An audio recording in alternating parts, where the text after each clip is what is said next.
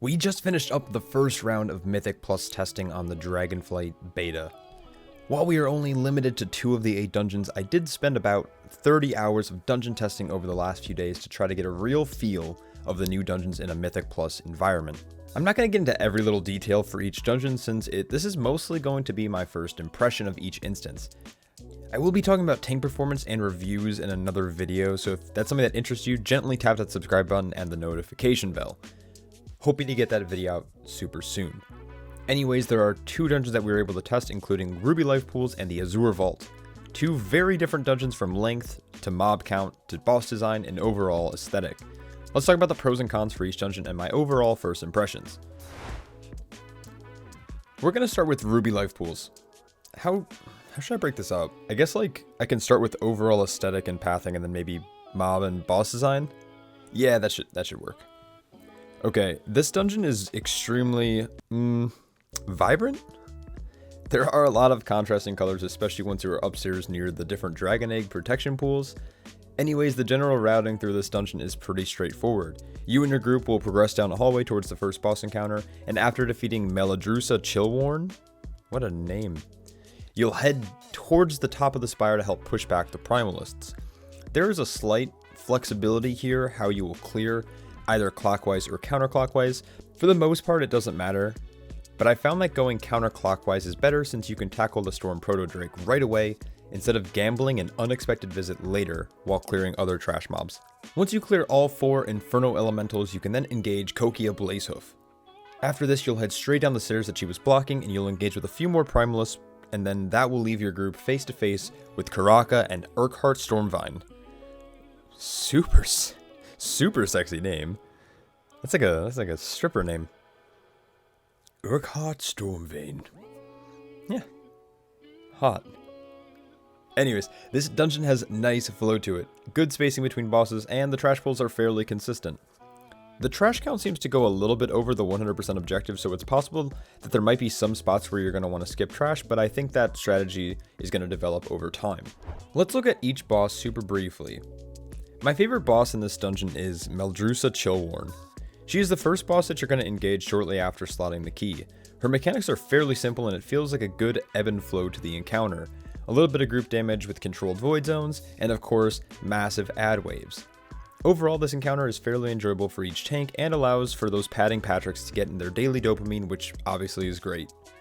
Kokia Blazehoof may be the pug killer though, either her or Mr. Stormvine. This boss creates massive void zones by casting exploding boulders, which will limit your floor space. Luckily, you do have the entire upper ring to utilize, but she'll also spawn adds near a group member, which means that you're going to want most of your group to stay stacked in a safe area and bait boulders away. Also, stand clear of the walls. The boulder will travel 40 yards, but if it's aimed at a wall, it can explode immediately, which will pretty much wipe your group. Overall, the pacing of the fight feels great, but it seems a lot more punishing than the first boss, especially when it comes to group synergy and understanding the fight. I should mention now that I do plan on making boss guides for these in the future, so keep an eye out for those. Urquhart Stormvine and Karaka is chaotic as fuck. The tank buster on this fight is nuking tanks currently, and there's a ton of unavoidable damage on top of a bunch of void zones being created constantly, limiting your space. The fight starts with the 2 being separate bosses, with Stormvine being on the ground and Karaka flying around the arena and occasionally landing. The goal here is to bait Karaka to land by having your group loosely stacked between the 2 statues, all while keeping fire spawns out towards the edge of the arena.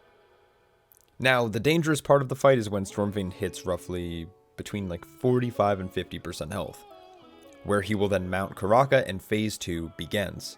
In Phase 2, this is where the fight gets really difficult.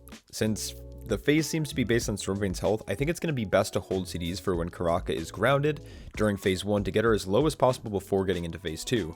This is probably where Lust and Hero will be committed, but without timers it's really difficult to adjust to the overlapping mechanics and the overall pacing of the fight. This seems like a pretty intense HPS check for your healer, which is fun, but slightly panic-inducing. Just please make sure you dispel this debuff. Please. Most of the trash in this dungeon is fine, but there are some brutal casters in here, and plenty of them. It appears that you'll either need a fair bit of CC or kicks for these casts. Not sure if they're just overtuned, but watching DPS get pushed into the grave is not necessarily enjoyable. Up to the first boss, the trash is great, and the pulls can be a little bit larger. Once you get upstairs though, it's best to pull small unless you're confident in your group's damage or ability to aggressively kick and use defensives. Because of these mobs, I think that tank's utility will really shine here. Extra CC or utility can be extremely beneficial in this instance. Sigil of Silence, Death Grips, or Displacements, or even Avenger Shield will come in handy. Overall, I think this dungeon is great, because who doesn't love a 30-minute 3-boss dungeon? The second dungeon that we have been able to test was the Azure Vault. Talk about a nostalgia trip. This dungeon is breathtaking when it comes to aesthetic design. During your run, you'll find yourself diving deeper and deeper into the vault, tackling several types of foes, including plants, lizards, rocks, and, of course, more lizards. Similar to Ruby Life Pools, it seems that there is a pretty much whole W strat for this dungeon. It's difficult to go over percent count, but there will be a few adaptations to a route depending on how coordinated your group might be. This might include Invis-skips or purposely letting Shriekers go off. There aren't as many casts in this dungeon as well, which is definitely nice, but oh boy are they important to watch out for. Almost all the mobs in the dungeon have a major cast of some sort, and you're going to want to watch out for those. For example, Mystic Vapors from some of the plants early on in the dungeon will cause your group to take a ton of massive rot damage over time. Luckily, AoE CCs can prevent these casts. There are also some Dragon Shriekers that, like I mentioned, if they do get triggered and left uninterrupted, it'll wake up some sleeping guardians that will easily disrupt your pull. For the most part, I enjoy the trash in this dungeon since a lot of the important spells can be handled by the tank, like positioning frontals in the right direction, controlling mobs with CC, and just general utility that most tanks have access to. The only downside personally is the ability to really pull large. I'm sure groups will find a way to do so, but with how spread out some of the packs are in this dungeon, it may require some coordination in order to set up or speed up the run and optimize cooldowns. I think this dungeon though has a lot of potential.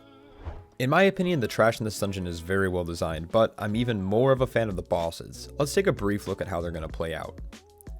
Laymore is the first boss in this instant and definitely one of my favorite. Larry and his pine cones are definitely a treat for the tank player where you must use his abilities to clear the room in order to minimize your group damage. This boss reminds me a lot of Ashvane from Eternal Palace back in Battle for Azeroth, but is also fairly similar to Sporecaller Xantcha from the Underrot dungeon. While it is my favorite boss, it's also a pretty difficult one. If your DPS aren't coordinated and too many pine cones are left intact, you can easily cause a group wipe. Proceeding a little deeper into the dungeon, you'll eventually have a run-in with Azure Blade. A pretty simple encounter that will spawn adds and cast frontals at random players. This boss isn't too exciting, and like most phase-based encounters, might be a little annoying. During his phase 2, or maybe what we would call an intermission, he goes immune to damage, so there seems to be a minor DPS check. Similar to Soleil and Taz'Avesh Gambit, it'll be important to actually beat those checks to minimize the fight time since after all, we are up against the timer. The third boss is a little bit more enjoyable, it's extremely simple, and it'll mostly come down to space management. Telosh Greywing will cast frost bombs on players which will leave growing patches of frozen ground. The key to this fight is to drop these on the edge of the arena while keeping the runes clear since they're the only thing preventing you from getting blasted when Mr. Greywing casts absolute zero. I really enjoy simple fights like this in dungeons. Unfortunately, we are seeing a boss rush style dungeon here at the end. What that means is that you're going to go from boss to boss almost immediately. Sometimes this is okay, and sometimes it can be a little annoying since you have to make that hard decision between using CDs to finish off a boss or hold them for the next boss. But Umberskull is a pretty vibrant fellow. The last boss is something that I'm still a little iffy on. The room is not very conventional since it's a bowl-shaped arena, meaning that you can actually walk up the walls a bit. I'm sure that may prove to be useful or annoying, but Umberskull also has a percent health based mechanic, which is nice because it can be controlled by the group if desired. When hitting a 75, 50, and 25% threshold, he will spawn 5 crystals that need to be killed before they finish their fracture cast. If you can handle that, the fight is actually pretty nice.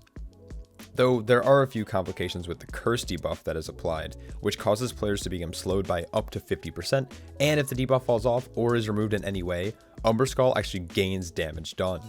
So yeah, you can imagine the dilemma of trying to kill crystals, dodge frontals, and prevent knockbacks, all while being slowed by 50%. Not to mention Avatar or Shifting Forms, which is natural rotation for some classes, will remove the debuff granting Umberskull increased damage passively. Sorry warriors, no Avatar allowed. Paladins? Sorry pal, take freedom off your action bar. Oh, and poor druids. Kitty weaving or dispelling your tank? Nope, not an option. Hopefully Blizzard finds a way to address this issue. Overall, I am a massive fan of Azure Vault, from sheer aesthetics to boss encounter design to mob count and layout. It seems like everything has a good balance. My largest complaint besides certain bugs would actually be that the first impactful checkpoint isn't accessible until you defeat Azure Blade, so if you wipe, you may as well hearth. Quick recap for you folks. Ruby life pools, while great for time, presents a lot of areas of potential chaos due to patrols, slightly high mob count, and nasty boss design. Though you can frequent large pools in the early part of the dungeon, allowing your group to optimize things like cooldown and hero/lust. I think it can make for a great dungeon once tuning occurs and strats are developed, but in the meantime, I think it's going to get a solid B from me. I didn't think this was supposed to be a tier list, but we'll roll with it. Azure Vault, on the other hand, is a fabulous dungeon. I think the ability to coordinate kicks is much lower, which is good, especially in the pug environment. And while there are important casts, a lot of tanks can typically handle it through CC and displacements. The dungeon does start really slow, but I think this can be improved on once people actually get comfortable. I think all the bosses besides Azure Blade are well designed and will actually be pretty enjoyable. A small pro for this dungeon as well is with the new talent trees. It's actually going to allow classes to showcase their utility and their cleave builds. This dungeon has a good mix between 3 to 5 target pulls, and a good bit of bosses also have cleave, so it's going to be nice being able to change your talents from dungeon to dungeon. It's just something to think about. This dungeon gets a solid A from me. Anyways, that's my time. I hope you all enjoyed my quick little first impressions of the dungeons. Let me know which one looks better to you. Also, did you see any cool strats of these bosses or trash mobs? I'd love to hear all about them in the comment section below. Per usual, huge shout out to all my Patreons. Without them, there would be much less of me. And I quite mean that in the most literal sense. Anyways, I hope you're all staying happy, healthy, and I'll catch you all in the next one. Peace.